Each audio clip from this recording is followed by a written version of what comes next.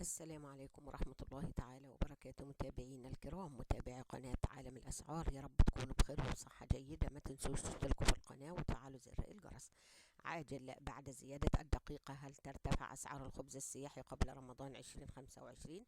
أكد خالد فكري سكرتير شعبة المخابز بالغرفة التجارية بالقاهرة أن أسعار الخبز السياحي تشهد استقرارا نسبيا في الوقت الحالي، مشيرا إلى أن سعر الدقيق قد شهد تقلبات ملحوظة في الفترة الأخيرة، حيث ارتفع بمقدار 1000 جنيه في نهاية شهر ديسمبر الماضي خلال 10 أيام فقط، ثم انخفض بمقدار 500 جنيه في شهر يناير الماضي. أضاف سكرتير شعبة المخابز خلال مداخلة هاتفية ببرنامج حوار مصري عبر فضائية الحدث اليوم أنه بناء على هذه التقلبات في الارتفاع الصافي في سعر الدقيق يبلغ 500 جنيه فقط، وهو ما يعتبر زيادة طفيفة، موضحا أن هذه الزيادة تقدر بحوالي 25 جنيه في الشكارة، أي ما يعادل نصف جنيه فقط في الكيلو الواحد. وأوضح أن ارتفاع تكاليف أخرى مثل أجور العمالة وأسعار الإيجارات واستهلاك الكهرباء ساهمت في ارتفاع أسعار الخبز بشكل طفيف، مؤكدا أن أسعار الدقيق المكون الرئيسي للخبز تشهد استقرارا ملحوظا خلال الفترة الحالية.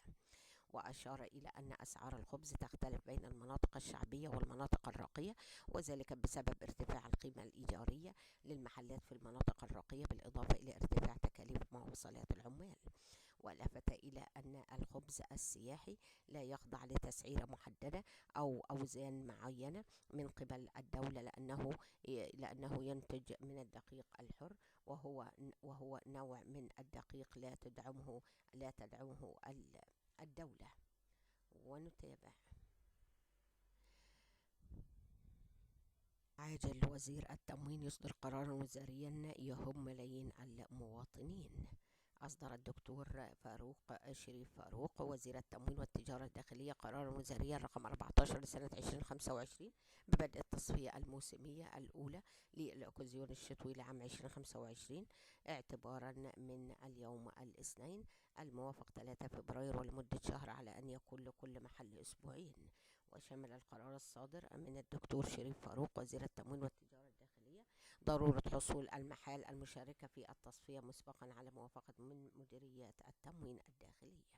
قبل ما ننهي الفيديو، ما تنسوش تشتركوا في القناة وتفعلوا زر الجرس. والسلام عليكم ورحمة الله تعالى وبركاته.